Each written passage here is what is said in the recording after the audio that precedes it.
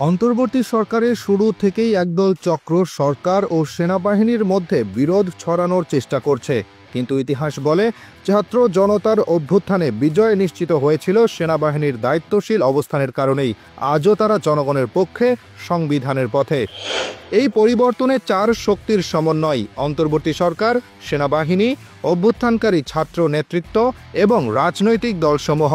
মতভিন্নতা থাকতেই পারে, তবে লক্ষ্য একটাই, স্বচ্ছ ও সময়মতো নির্বাচন ঘিরে অপতৎপরতার চেষ্টা, আতঙ্ক ছড়িয়ে সময় নষ্ট করা, পাহাড়ে গুজব, অনলাইন প্রোপাগান্ডা।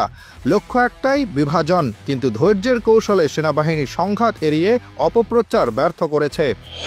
সাম্প্রতিক গ্রেফতারি পরোয়ানাকে ঘিরে উস্কানি চললেও সেনা সদরের ব্রিফিং ছিল স্পষ্ট: সেনাবাহিনী ন্যায় বিচারের পক্ষে, নো কম্প্রোমাইজ উইথ ইনসাফ।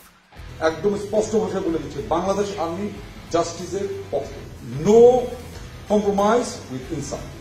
আমরা বিশ্বাস করি আইন তার নিজস্ব গতিতে চলবে এবং বিচারিক প্রক্রিয়ার মাধ্যমে সত্য প্রতিষ্ঠিত হবে।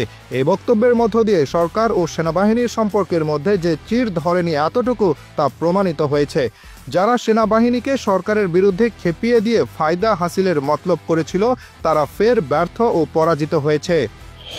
বড় রাজনৈতিক দলগুলোর বার্তাও পরিষ্কার: কিছু ব্যক্তির অপরাধে কোনো প্রতিষ্ঠানকে প্রশ্নবিদ্ধ করা অনুচিত। গণতন্ত্র, মানবাধিকার ও পেশাদারিত্ব রক্ষায় নিরপেক্ষ বিচারই মূল শর্ত। নির্বাচন বিরোধী যে কোনো ষড়যন্ত্র ঠেকাতে সরকারকে দৃঢ় থাকতে হবে।